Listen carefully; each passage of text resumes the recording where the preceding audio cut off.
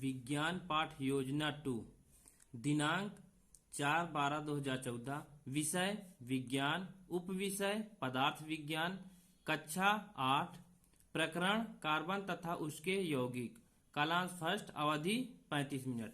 विद्यालय का नाम आप डालेंगे। यदि आप जिस विद्यालय में टीचिंग करने जाएंगे वहां का डालेंगे, यदि नहीं जाएंगे तो आप नहीं डालेंगे। उसके बाद लिखेंगे सामान्य उद्देश्य। सामान्य उद्देश्य में 5 से कम नहीं होना चाहिए। छात्र छात्राओं में वैज्ञानिक दृष्टिकोण का विकास करना, छात्र छात्राओं की मानसिक एवं तार्किक शक्ति का विकास करना, छात्र छात्राओं को चिंतन मनन आदि व्यवहारिक क्रियाओं का ज्ञान कराना, छात्र छात्राओं में वैज्ञानिक अभिरुचि का विकास करना, छात्र छात्राओं में धैर्य स्वावलंबन की प्रवृत्ति उत्पन्न करना। ये आपके सामान्य उद्देश्य हो गए। उसके बाद विशिष्ट उद्देश्य। विशिष्ट उद्देश्य ज्ञानात्मक, छात्र छात्राएं कार्बन तथा उसके यौगिक के बारे में जान सकेंगे। भावात्मक, छात्र छात्राएं कार्बन तथा उसके यौगिक के विषय में समझ सकेंगे। क्रियात्मक, छात्र छात्राएं आगामी जीवन में कार्बन तथा उसके यौगिक के महत्व को जान सकेंगे। उसके बाद सहायक सामग्री डस्टर, चाक, लपेट संपट, रोलर चार्ट इत्यादि। उसके बाद देखिए पूर्व ज्ञान। पूर्व ज्ञान में छात्रों को कार्बन तथा उसके यौगिक के बारे में सामान्य जानकारी है। उसके बाद सारणी बनाएंगे। शिक्षण बिंदु, उद्देश्य तथा उसका विशिष्टीकरण, छात्राध्यापक या छात्राध्यापिका क्रिया, छात्र छात्रा अनुक्रिया, विधि, मूल्यांकन। प्रस्तावना प्रश्न, छात्र छात्राएं पूर्व ज्ञान का नवीन ज्ञान से संबंध स्थापित कर सकेंगे। प्रश्न नंबर 1, सड़क बनाने वाले डामर किस रंग का होता है? बच्चे बोलेंगे काले रंग का। यह है विधि आपकी प्रश्नोत्तर विधि। प्रश्न नंबर 2, डामर में काला रंग किस तत्व के कारण होता है? बच्चे बोलेंगे कार्बन। प्रश्न नंबर 3, कार्बन के विषय में आप क्या जानते हैं? ये आपका समस्यात्मक प्रश्न बन गया, लेकिन आप ज्यादा से ज्यादा 5 से कम नहीं होना चाहिए आपका समस्यात्मक प्रश्न। इसमें 3 पे ही निकल आया है, 5 होना चाहिए मिनिमम। उसके बाद उद्देश्य कथन, आज हम कार्बन तथा उसके यौगिक के बारे में विस्तार पूर्वक से अध्ययन करेंगे। अब देखिए उसके बाद स्पष्टीकरण करना है आपको। कार्बन, छात्र छात्राएं कार्बन के विषय में जान सकेंगे। स्पष्टीकरण, प्रकृति में कार्बन एक महत्वपूर्ण तत्व है जो संसार में पाए जाने वाले सभी सजीवों, पौधों और जंतुओं तथा लगभग सभी भोज्य पदार्थों में उपस्थित होता है। कार्बन का प्रतीक C है। अब इधर लिखेंगे छात्र छात्राएं ध्यान पूर्वक सुन रहे हैं। विधि में आपकी व्याख्यान विधि है। उसके बाद देखिए कार्बन शब्द लैटिन भाषा के कार्बो शब्द से बना है। कार्बो का अर्थ कोल होता है। मुक्त रूप से कार्बन अपने विभिन्न रूपों में पाया जाता है। संयुक्त रूप से कार्बन बहुत से यौगिकों में पाया जाता है। पेंसिल द्वारा कागज पर लिखने पर, लालटेन लैंप द्वारा निकली कागज, इन सभी में कार्बन उपस्थित होता है। यह सजीवों तथा निर्जीवों दोनों में उपस्थित हो सकता है। अब देखिए इधर चित्र बना है और उसके बाद ये प्रश्न आपका मूल्यांकन रहेगा। कार्बन का प्रतीक चिन्ह बताइए। दूसरा है कार्बो शब्द का अर्थ बताइए। ये आपके मूल्यांकन के 2 प्रश्न हो जाएंगे। उसके बाद विकासात्मक प्रश्न, यौगिकों के रूप में कार्बन की उपस्थिति से आप क्या समझते हैं? समस्यात्मक प्रश्न बन जाएगा। विधि में आपकी प्रश्नोत्तर विधि हो जाएगी।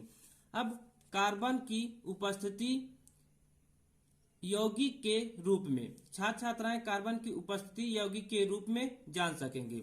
स्पष्टीकरण, आप दैनिक जीवन में ऐसे बहुत से पदार्थों का उपयोग करते हैं जिनके रासायनिक सूत्र जानते हैं।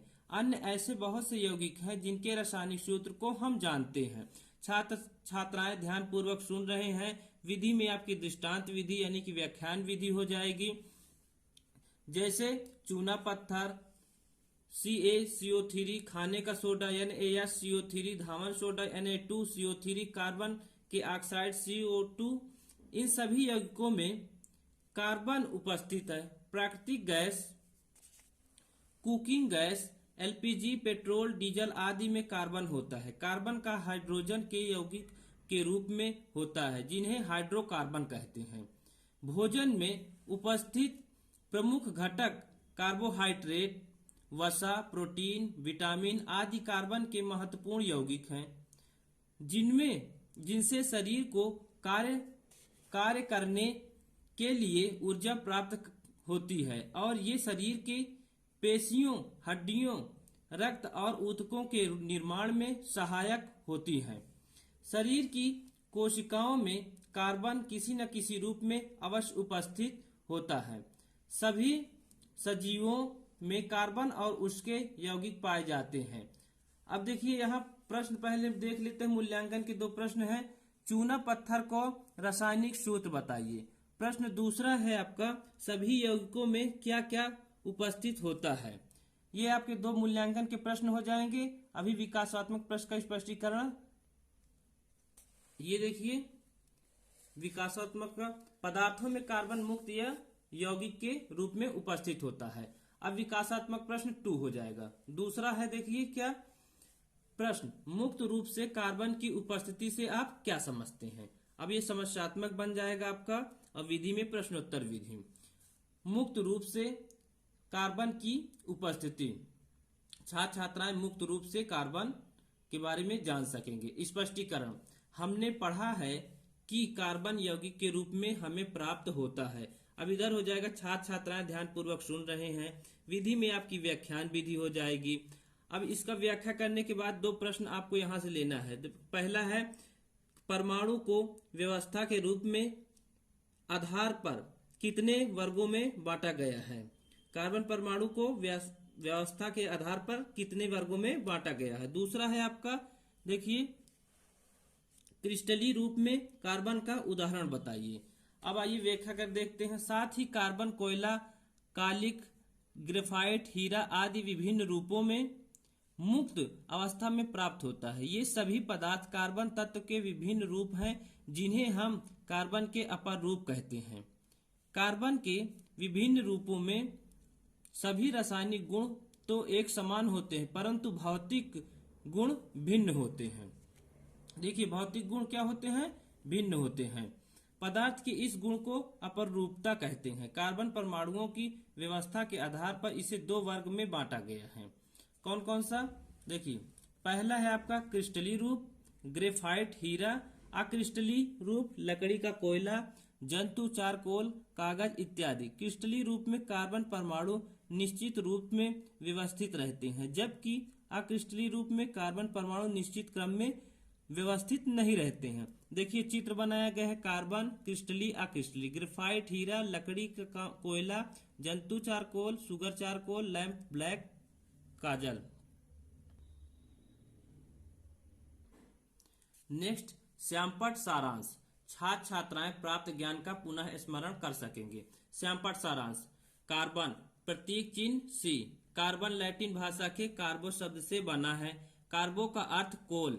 यौगिकों में कार्बन, देखिए चूना पत्थर, धावन सोडा, खाने का सोडा और कार्बन के अपर रूप कोयला, ग्रेफाइट, हीरा। वर्ग क्रिस्टलीय रूप, अक्रिस्टलीय रूप।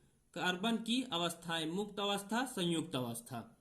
इतनी ये हो गई अवस्थाएं। उसके बाद देखिए निरीक्षण कार्य, छात्राध्यापिका कक्षा में टहलकर निरीक्षण कार्य करते हैं। निरीक्षण विधि। उसके बाद देखिए पुनरावृत्ति प्रश्न, छात्र छात्राएं संपूर्ण पाठ को एक साथ समझ सकेंगे। प्रश्न है, कार्बन का प्रतीक चिन्ह क्या है। उत्तर बच्चे देंगे C। प्रश्नोत्तर विधि है। नेक्स्ट है, कार्बन शब्द लैटिन भाषा किस शब्द से बना है। आंसर है कार्बो। नेक्स्ट क्वेश्चन देखिए, कार्बन की कितनी अवस्थाएं होती हैं। मुक्त अवस्था, संयुक्त अवस्था। लकड़ी का कोयला कार्बन का कैसा रूप है। अक्रिस्टलीय रूप है।